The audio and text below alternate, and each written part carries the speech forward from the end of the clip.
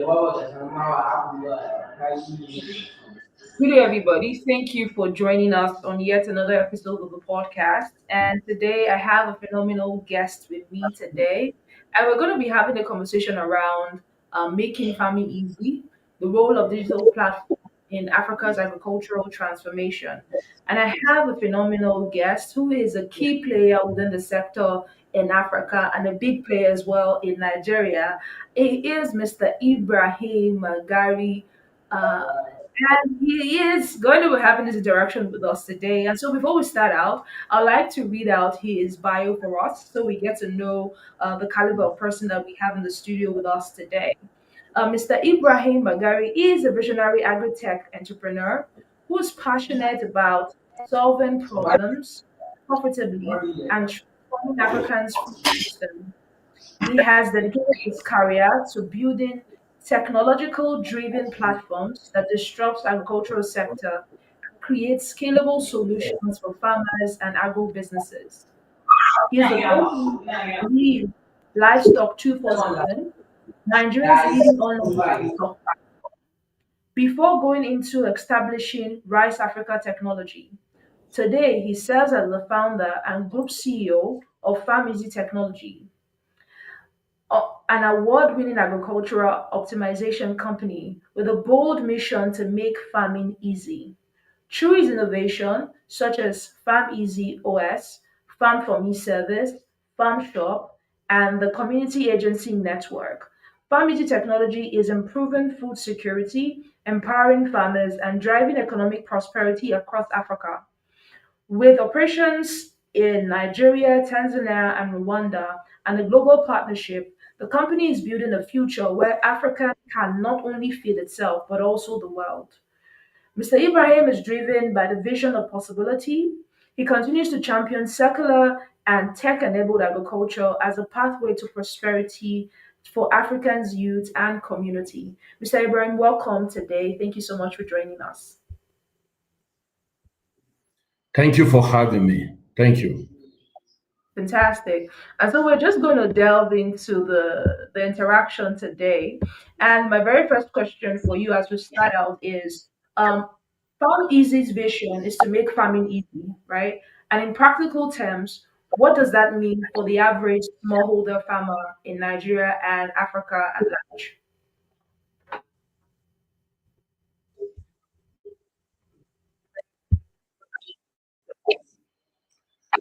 Well, I think this is a very good way to start the podcast. And the question is quite the name Farm Easy, like you know, it says a lot. Our whole vision is to transform the continent and the food systems in the continent. We want to build an Africa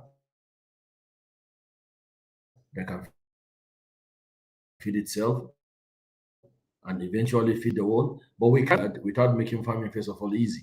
So how do we make farming easy? Like you rightly asked, and this came as a result of our various uh, research and interactions with stakeholders in the sector, like pain points. Our farmers have some pain points that needs to be solved. For instance, if you start from the beginning, for people that know agri, before you establish a farm, you have to do land preparation. This land preparation is not just about the tractorization part, which is mechanization, but it also involves doing the type of soil you are going to operate on. Is it good for maize? Is it good for rice? Is it good for, I mean, what's your soil pH? Having an understanding of your soil is a very good beginning. And then comes in the issue of manually. One of the things we're doing to make it easy is to help farmers access tractors, mechanization, because when you prepare your land manually and the person that prepares the land mechanically, there's a possibility of you improving your yield by up to 50%, depending on the type of. So just land preparation alone gives you more yield. So if you make land preparation easy, as in mechanization, You are making life easy for the average smallholder farmer in the continent. Another thing that we're doing to make it easy for them is to give them access, provide them access to um, high yielding seeds. Majority of seeds. There's a whole wall of difference between planting grains and planting seeds. What we're trying to do is to make our farmers have access to certified seeds, and that will make them produce more. Because when you plant grains, your yield is less, and it makes farming cumbersome. And the next, after giving them access to certified seeds, you have to provide them access to environmentally friendly chemicals. Instead of allowing them use chemicals that are environmentally hazardous, it's injurious, it's poisonous to the environment, poisonous to their health. So we make it easy for them to have access to environmentally friendly chemicals, as in pesticides, herbicides, and germicides. Then, of course, provide them with affordable fertilizers, on time delivery of crop and soil specific fertilization. Most people don't care about this. The blending of fertilizer has significance to what you're planting. If you're planting maize, the combination of the blending of fertilizer that you are required to use based on agronomic practices is not the same with when you are planting rice or wheat or whatever. So crop specific and soil specific, and at the same time, when you're planting maize in Kaduna State, for instance, the type of fertilization you require is not the same with when you are planting maize in, let's say, Taraba in the northeast. So because each, like I said, the soil now tells you what you soil. This is also crop specific and soil specific on time delivery of fertilizer. Then, of course, when you plant well, you prepare your land well, you have access to good seeds, you have access to fertilizers, you have access to good chemicals, and then you don't have access to mechanization. And that means you are going to harvest manually. Manual harvesting is also one of the things that draw people away from farming. Because let me give you context. 1 hectare of a rice farm takes about 30 people working for 24 hours to harvest 1 hectare. A harvester machine does that in 30 minutes. So if you want to make farming easy to farmers, you have to now give them access, provide them access to this angle. And then, of course, the whole point of farming from establishing to harvesting relies on basic agronomic practices. You have to provide them access to know. We were having the discussion about the importance of education before we started this. You have to give them access to best agronomic practices. Get them extension officers that will guide them on how to, when to, where to farm. So, and at the end of it all, of course, you have to connect them with the structured market.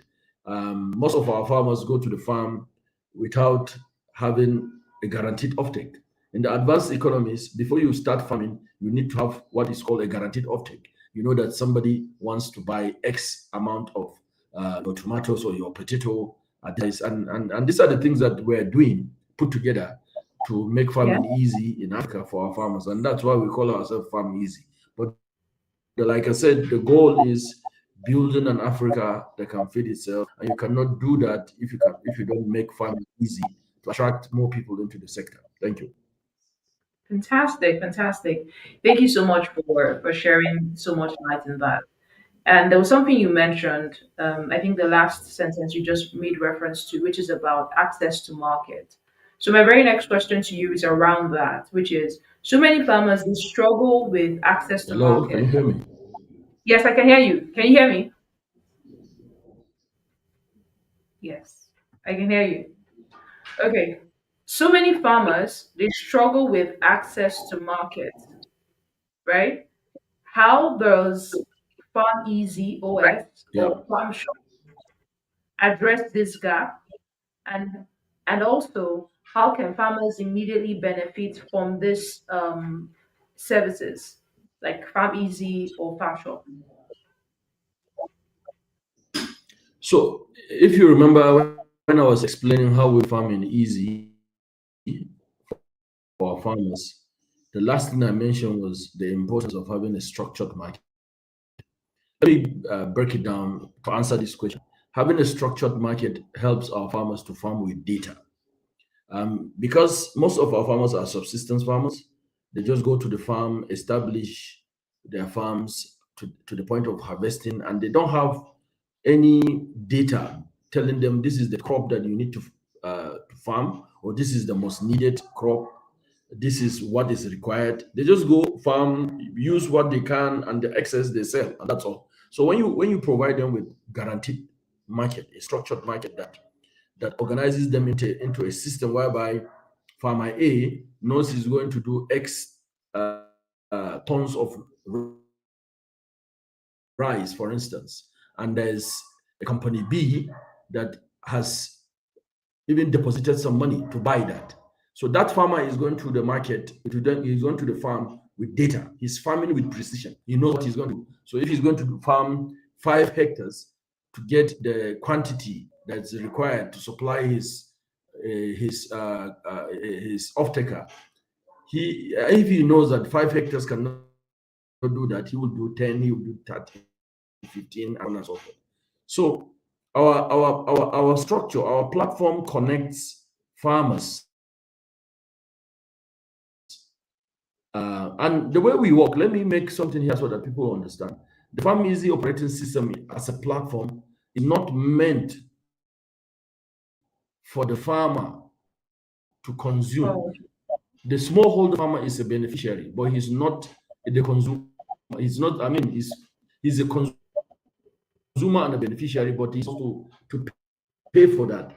Because, yeah, we target organizations, we target projects, governments, uh, um, cooperatives that are working with group of smallholder farmers. So in so doing, we organize these farmers in a way that uh, we serve as an interface with structured off-takers. There are companies globally that reach out to us. We're interested in wheat, we're interested in cassava, in these, and then we provide them with the platform and connect them with these farmers. And we do all the due diligence in terms of they tell us what they require, the quality of the crops they want, the quantity, and then we distill this information down to the smallholder farmer through the cooperatives or the project or the organization that they are working with, and the farm is or is just connects. And as long as you are using the easy operating system, meaning you are under organization or a project using the FarmEASY operating system to work, you are directly connected to an offtake arrangement because if you don't need to go anywhere. The system connects you with a guarantee. It's that structured market effortless. mm, wow. That's really, really good. Really, really good. Um, so there's also the place of, technology. We talked about data, farmers leveraging on data to know what crop to produce, the quantity to produce, and just leveraging that. So there's also the place of technology. And in most cases, for these rural farmers, they perceive technology as something that is very expensive or complex for them. So how have you been able to sort of simplify, digital tools so that even low tech. Okay. So guys, I think that he has a bit of network challenges, but he should be able to join us back shortly. However, this conversation is very interesting. I think that through FarmEasy OS, they are addressing a lot of amazing challenges, which is having a structured market, because that's like one thing that farmers also struggle with, which is they produce a lot of produce. Somehow they're not able to get their produce to the market at a good price point.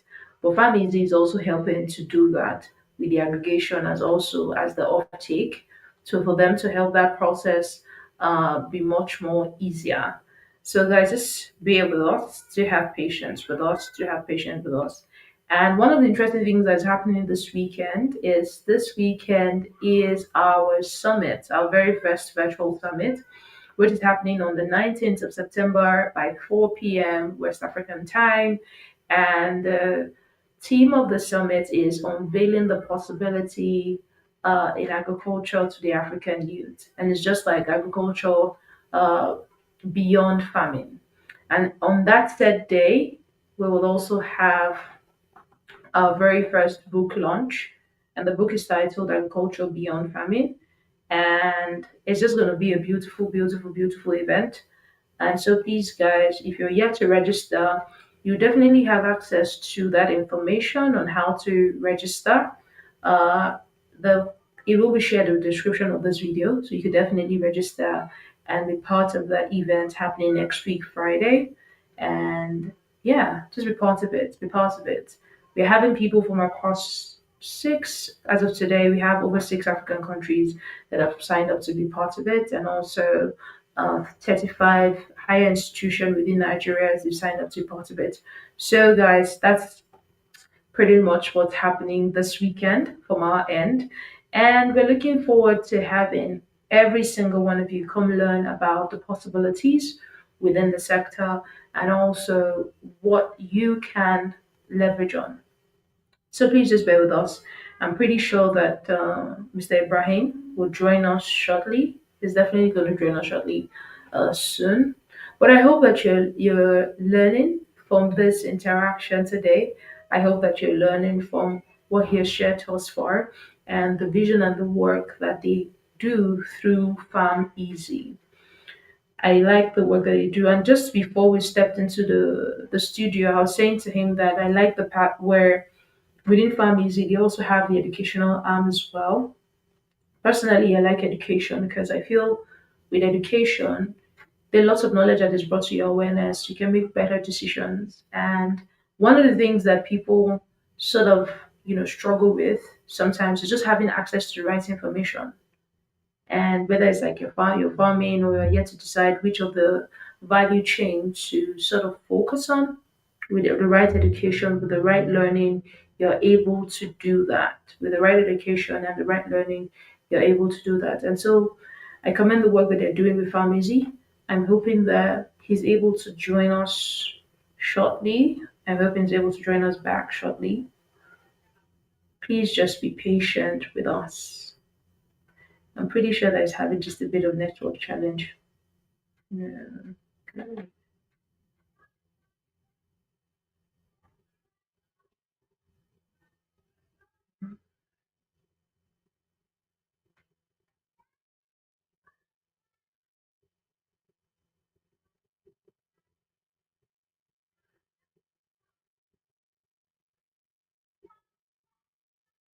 Okay. So what All happened? right. I think it was the network, but welcome back. Yeah, thank you.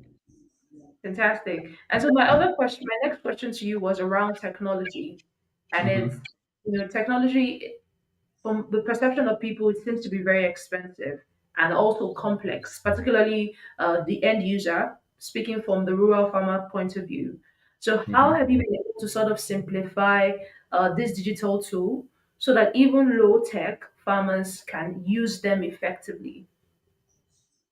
So you see, this brings us to something that it's something that is very dear to me. I've been talking about it of recent online, and I've been sharing my ideas with a lot of people, and I think this is a good opportunity to talk about that. Technology is an enabler. Yes, it is. Technology should be contextualized. Technology should be customized, especially in the field that we operate in, the agri-tech.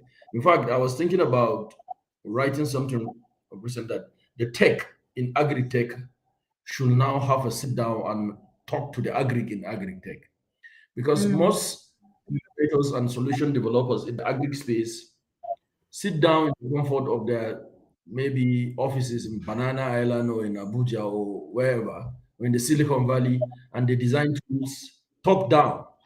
and they push it down, thinking that they drink their own ale, sort of, they drink their own booze and get high on their own booze, thinking that okay, if I solve this problem because I know how to code and this is cool and it's working in Europe or it's working in America, I can just dump it on African farmers, irrespective of the context.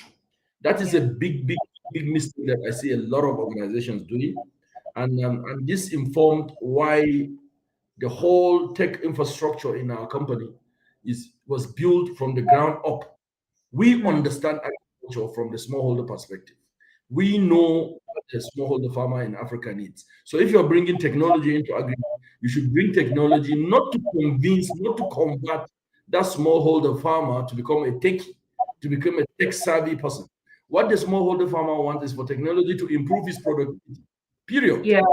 Yes. So as long as the technology is not improving his productivity, him is a waste of time. So back to your question. So the whole development of the technology should be contextualized, should be bottom up. You need to know what you're solving in the first place.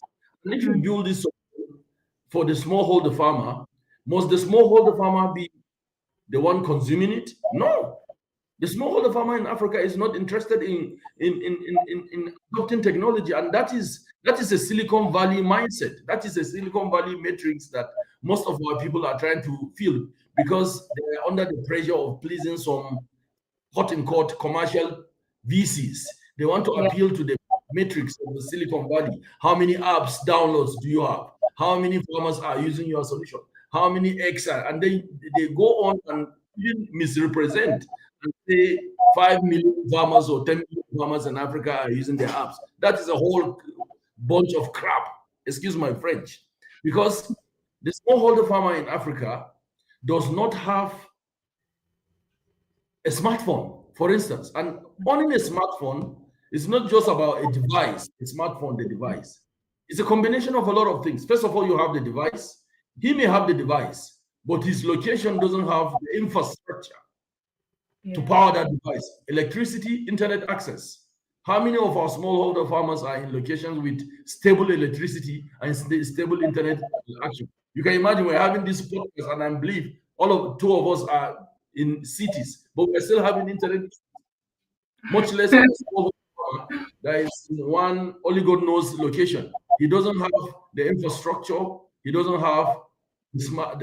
So he may have the infrastructure, but he doesn't have the economy to Yeah. pay expensive data that is needed to power that. So you need these three things: the device, the internet connectivity, and the economy to power that. Yeah. And even electricity is an issue. He doesn't even have, he may have all these three, but his phone has been switched off because it has not been charged for a number of days. So just Yeah. because you build an app that is connecting him to a market, or you have this cool AI tool that's supposed to tell him the disease bothering his crop. You want to tell me that he has to go and get a phone, get electricity, get data, and make sure that his phone is all. So before you even talk about making it low tech or high tech or making it affordable, you need to understand that the smallholder farmer in Africa does not have to be a techie. You need to understand that. You need to build with context after contextualizing his situation. Some of them are not text based, they are not people that do text. I'll give you an instance. WeChat. WeChat is a massive success in China. It China. failed in Africa. It failed when they expanded to Africa. It failed. Why? Because of this context. So culture, it's strategy for breakfast, my sister. Culture Mm. strategy for breakfast. You can go and waste your time, waste a lot of millions in product development without understanding the culture. You are wasting your money. So it's not a matter of making it low tech, it's a matter of contextualizing it. It's a matter of knowing that technology is an enabler. It's a matter of building technology, serve the smallholder farmer to build, to help him improve his productivity, not just for the tech rah that we're all talking about. I hope I've answered your question anyway. Yes, yes, you have. You have. I think that you made a very salient point, which is people need to understand the context of the solutions that they're trying to create and have a full understanding of the problem, and not try to create solutions from the top to the base rather from the base to the top, and sort of carry the farmers along, because that they are the people that you're creating solutions for. Yeah. Thank you so much for sharing that. I know that there's no venture that doesn't have its own set of challenges. Every venture has its own set of challenges. So my next question is around that, which is, what are some of like the biggest challenges you've seen farmers face when adopting um, agritech solution, including your own solution, which had to do with bits, for instance, like the farm shop, and also the other one that had to do with creating market infrastructure, which is Farm Easy OS. What are some of like the challenges that they sort of faced in terms of adoption of that? Because it was something that they were not used to, right? And what were the steps you sort of took to overcome those barriers? So this question is directly connected to the previous one that I answered, or the explanation I gave. The challenges of tech adoption in Africa is mainly building solutions without knowing the problem of the people. I was having a mentoring session just a few hours ago with an AI company that is building a very interesting tool for farmers to detect diseases. Their tool is meant to detect all these pest diseases and stuff like that. So, and I was telling them this, and they told me something that really, I told them this is up. They said they went somewhere around Enugu State, and they were doing some fact finding with farmers. They were trying to explain to the farmers how important their tool is in helping them reduce uh, post Yes, harvest losses when mm-hmm. it comes to pest attacks. But the farmers were asking them, "Can you help us get fertilizer? How do you help us get seeds? Can you help us get tractor?" And I told them, I said, "See, you did not do your homework. These farmers are giving you feedback. You built a solution for pest, think of pest attacks, while they are telling you that their main problem is access to fertilizer." So this, to me, is one of the biggest challenges that farmers face all over sub-Saharan Africa. We build tools and we ship it down, and it is not tallying to their pain points. This, to me, is the biggest challenge of tech adoption in agri, and it cuts across all the value chains. Most people that build solutions without firstly understanding the pain points of these farmers.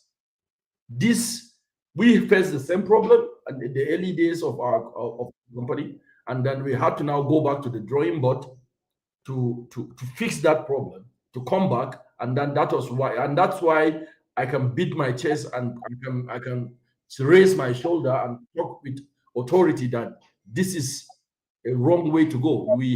Because we did it. We made that mistake in the past. We went into the field thinking that the farmers should adopt, and they gave us a feedback. They said that this is not our problem. We are looking for this, and we have to go back and then come back with a solution that fits their requirement. So this, to me, is the biggest challenge: building solutions that hasn't taken into consideration the pain points of the smallholder farmer. Mm. Fantastic, fantastic. So one of your thriving organization includes, which is Community Agency Network. It's an Yeah. exciting idea that your organization is also driving. Um, how does it empower youth and local community, and how can young people plug into the opportunities that are available within the network? So let me give more context again for the community agency network. When we started this journey, we realized early that um, to solve the problem of underproductivity in Africa, in Africa's smallholder farming community, is not a job that we can do alone. We need to build an army of passionate, resilient, young men and women across the continent that uh, will help us take this gospel to the grassroots. So we started the community agency stuff to help young men and women that are already embedded in farming communities to understand the challenges that we are facing as a company, and to also know that the solutions that we're bringing will not be effective if we don't have soldiers on ground, people that have boots on the ground. And we designed a program called Africa Food Security Development Program around that. And we've done that program in Kenya, in Tanzania, in Rwanda, in Nigeria, where we just started the third cohort of the Africa Food Security Development course that started actually as an in-house system to train our community agents. But now we have even scale it out to include people that are not even in our community agency system. Where that program is free, is online, is for 2 weeks, and anybody from anywhere, even in the countries that we are not operating, do participate. Like in Nigeria, the program in Nigeria, there are some people from the Cameroons, from Malawi are attending that program. That program is equipping, it's a very rich 10 weeks program. I said 8 weeks, it's a mistake. It's a 10 weeks program that takes you through why Africa is facing food security, what you can do as a community agent, what you can do in your own community, what are the things that you should know about food availability, food accessibility, food affordability, the nutritional angle of food. And this is, me, it's one of the most important things that we're doing, and I'm very, very passionate about the impact that these community agents are creating. We provide them with tools to work for projects, not only our project, but projects of other uh, donor agencies, mental organizations, government programs that are requiring uh, assistance in terms of people on the ground. All we need to do is to just tell them that we have XYZ in this community and they plug it. So it's something that I mean, all you need to do is just follow us online. If you go on our website, you see agents. If you click on the community agent, it tells you how to join the program, and it's free. And as long as you have internet access, you can participate in the course. And for those that are community agents in the FarmEASY community agency, it's a continuous stuff. They have a WhatsApp group that country leads handle them, they can hold them, they share resources with them, and it's a continuous thing. Fantastic, fantastic. It's great to know that the program is accessible online and people from any part of Africa can have access to it. Thank you for sharing that. So, for anyone listening to us today, and they have a bit of, let's say, an idea to say, "Oh, I want to go into agribusiness," but do not know where exactly to start out that journey from, right? What would be like the first step you recommend for them to take, and what would be the first step you recommend? Well, first of all, the person has to do a kind of an audit of his environment. That's what we call location audit, because where you are determines the opportunities that exist. So if you're interested in coming into agri, are you interested in primary production? Are you interested in the downstream or the upstream? The downstream is primary production, which is an area that a lot of people don't want to get involved in, because that's where the intensive activity of labor happens. The upstream is where you have processing and marketing, aggregation, and all that, market linkages, digital creation of digital tools. That's the upstream, where 80% of the activities of the wealth of agri is in the upstream anyway, and 20% is in the downstream. So it's a mismatch. Most of the hard work is in the downstream. The hard money is in the upstream. So depending on what one wants to do, taking into consideration your location, after you've done your audit, depending on the crop, if you want to go into crop production, what is the crop of choice in your locality? And that crop of choice in your locality, is it an economic crop? How economically viable that thing is? You could be in the northern part of Nigeria and you're interested in cocoa. Cocoa does not grow in most parts of the north. So if you're interested in cocoa, if you're driven by a particular crop, you have to find out where does this crop grows easily. Meaning you have to now go to the south. And Yeah. if let's say you are interested in maize and the maize value chain, and your location is Lagos, you don't grow maize in Lagos. Lagos doesn't Yeah. grow anything. Lagos consumes because it's surrounded by an ocean. So you have to now come to, for instance, let's say Kaduna. where most activities do happen. So, like I said, it is dependent on your location. It is dependent on the what interests you. If you are interested in, let's say, the agri part of the tech part of agri, what tech part of agri are you interested in? There are a lot of things to get involved in tech-wise in agri, from soil sensors. You need to want to develop sensor to help you understand um, the composition of a soil. I see this as an opportunity for a lot of young men to go into. Soil sensoring is a big area because as it is now, you have to take the soil samples to a lab and then to get your analysis. But if you have a sensor, then you can just chook in the soil and then you can get your analysis and then it could be uploaded to a server somewhere and it could be accessed via a mobile app or something. It will solve a lot of things. You could draw to create machine learning system or AI tools that will help people scan a particular crop and then it tells you the disease that's wrong with this crop, whether this crop is deficient in this nutrient. I think these are the Mm. areas that we look into. Irrigation, especially solar powered irrigation, it's an area that people should look into. There are a lot of opportunities in the agri space, from tech, from production to processing. But like I said, it is not a one size fits all. It depends on what interests you, what's passion, what are you passionate about, your location, and what do you think is easily achievable for you in the location where you are and at the particular time in the journey. For instance, in your case now, you decide to take route of providing this very, very important platform of connecting participants in the agri space to share knowledge. This is Yeah. something that AI cannot replace. What you're doing, no AI can replace. You're providing that human angle that that AI cannot produce. For as long as we exist, people would like to hear from people, and then Yeah. that's what we do. So even though we are all this AI thing has caught the boss is everywhere, but there are things that AI cannot replace. People like you that have platforms like this that bring people and you ask very good questions to explain to people that are following in your community to understand stuff. So this is what you are doing, and this is not less impactful to what others are doing. So everybody has, and I'm sure you are also driven by your passion. This is what wakes you up in the morning. Probably this is what you want to do. You have a big dream around building a communication network that's around uh, the agricultural space. By the way, I like the name Interactive Agricultural Network, Integrative Agricultural Network. So everybody has his own steez, yeah, as we say it, as you guys call it. So you need to Yeah. look into what makes you, what drives your passion, and then you build your business around that.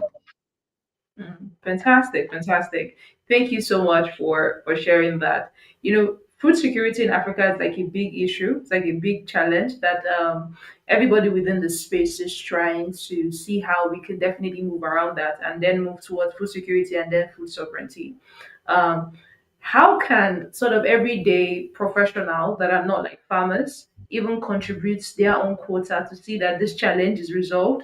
Let's say even leveraging on your platforms, any of the affiliates under your platforms within Easy Farm. So first thing first, you have to ask yourself, what is it that I'm doing to make Africa food secure? Ask yourself. Like you now, if I ask you, what are you doing to make Africa food secure? You can rightly tell me the answer. You're running this podcast. Yeah, That's your storytelling. so, Yeah. so each and every one of us has to. We can't all become farmers. We can't all be in processing. We can't all be in tech. But what is it that you're doing to make Africa food secure? So let me give you some stats here. Africa has almost 65% of the arable non-cultivated land in the world is in Africa. Um, This is statistics from the African Development Bank, stated by Akinwumi Adesina, our own Akinwumi Adesina, who is the immediate past president of the AFDB. He said Africa yeah. has 65% of the uncultivated arable land of the world is in Africa, meaning Europe, America, and Asia are sharing 35%. Mm. Still, Africa imports almost $100 billion worth of food every year. Mm. Akinwumi Additional ended up by saying that this is irresponsible, it is unsustainable, and it is Mm. unrealistic. Because if you have 65% of the uncultivated arable land, when I say uncultivated arable land, meaning areas that are not yet planted, But it's in yeah, Africa. So Africa is supposed to be the food basket of the world. But look at us. We are importing of almost $100 billion worth of food every year into the continent. So this requires um, all that we need of seriousness in terms of government involvement, in terms of the private sector, the young men and women that are on social media. We need to escalate this discussion. We need to take this discussion further. How do we make Africa food secure? And food security is not just about availability of food. mm. Yes, it's about availability of food. Yeah, When it's available, it has to also be affordable. yeah. So when you have food available, but it's not affordable, Africa is not food secure. You are not food secure. If it is affordable, it is available. Is it accessible? Mm. In Africa will access affordable, available food. So you are not talking about road networks, the infrastructure about accessibility. So if it is available, it is affordable, it is accessible, is it nutritious? Mm. You get my point. You could be having food available, but what are you eating? It could be useless. You are eating just to have what we call your belly full. But is that what you're eating nutritionally responsible? Is it helping our young, our kids, our children to Mm. build their capacity, their mental capacity, to build their muscles? How do you grow up a generation of people that are eating uh, uh, nutritious less food? You expect them to compete in the world of AI, machine learning, metaverse, and all those things. If you are not eating nutritious food, how do you expect them to be competitive? So from Yeah, the food that we're eating, from the food we are feeding our children, it tells you what the future will bring. So after saying all these things, you need to ask yourself, what am I doing to make food affordable, to make food available, to make food accessible, and to make food nutritious? So you have to ask yourself, and then you get involved. I hope what I've said has ignited something in the minds of your many the members of your community, and each and every one of us has to ask himself or herself, what am I doing today to make food, to make Africa food secure? You are doing your bit. We may be doing yeah. our part, but now whoever is listening to you now should go and sit down and ask yourself, what am I doing to make Africa food secure? Fantastic. And so this would be my final question for you today, sir, which is looking ahead, what would you say you consider as like your bold vision for Africa, along the lines of um, also what's like the bold actions do you believe that the African youth can take right now if we're truly going to build an Africa that can feed itself and even the world? Hmm, this is a big one. Nice question. I think, yeah. It's not. I think each and every one of us, whether we are in agri or we're not in agri, we should know that it is our responsibility to feed the world. God did not make a mistake by making 65% of the non-cultivated arable land in our beautiful continent. Mm, So it's a big slap that we are importing food. mm, Africa should be the manufacturing hub of agricultural products in the world. mm, And we have to get involved. You can yeah, start by just a small garden behind your house. Make yourself mm, your house food secure. Make yourself like you grow up a garden. You grow up your own tomatoes. You grow up your own onions. You grow up. There are various ways, and you guys are lucky. You are living in a generation of great happenings. You can Google out things. You can read stuff. You can grow up your own garden. No matter how small it is, start something. At least reduce your food budget. If you're buying veggies and you're buying carrots and you're buying a lot of things, reduce that budget by 50%. Start growing it yourself. You don't have to be a farmer that goes to the farm every day. Just do a small garden. You can do vertical farming, grow your own tomatoes. It's healthier, it's more nutritious, and you are making Africa more, and it is saving you money because you are going to be spending less on those things that you buy from those big supermarkets that are giving you uh, sometimes even adulterated or stale or expired products. You eat fresh, you eat cheap, and then you help build an Africa that can feed. This is what I think should be that bold, audacious goal that each and every one of us can do. But on our own part, our dream as a company is to build an Africa that has no borders in terms of Mm, agricultural. We're building a movement, passionate soldiers that are what we call food security specialists, people that are passionate about building that Africa that can feed itself. And that is what we're doing through our community networks, through our African Food Security Development Course, through democratizing access to our tools, our technological tools, through platforms like this. We are sharing knowledge, and that's what we're doing. And each and every one of us has to be involved. fantastic, fantastic. I like how you talked about the fact that every single one of us, as long as we're on the continent, knowing fully well that we have 65% of the arable land in the world within our continent, we have a role to play. And just speaking in the light of what you Yeah. mentioned, before the end of the year, we're actually planning like a campaign, which is sort of tagged Operation Feed the Nation. It's just like an urban farming thing.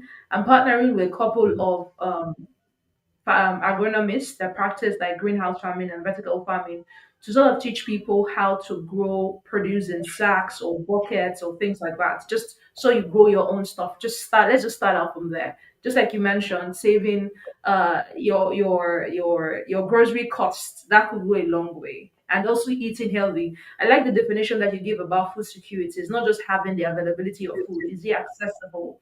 Is it nutritious? And so thank you so much for sharing with us today. It's been such a delight just having you here in the studio with me today. And thank you also for the amazing work that you're doing with FarmEASY and also the various platforms that you have within that structure as well. And also, I like the idea of the community network, like the food soldier thing, because I believe that as an organization, there's always a need for that sustainability aspect of it, and also we need as much hands that we can get. All hands needs to be on deck to solve those the problem that we have within the continent. So thank you so much, sir, for your time and sharing your expertise with us today.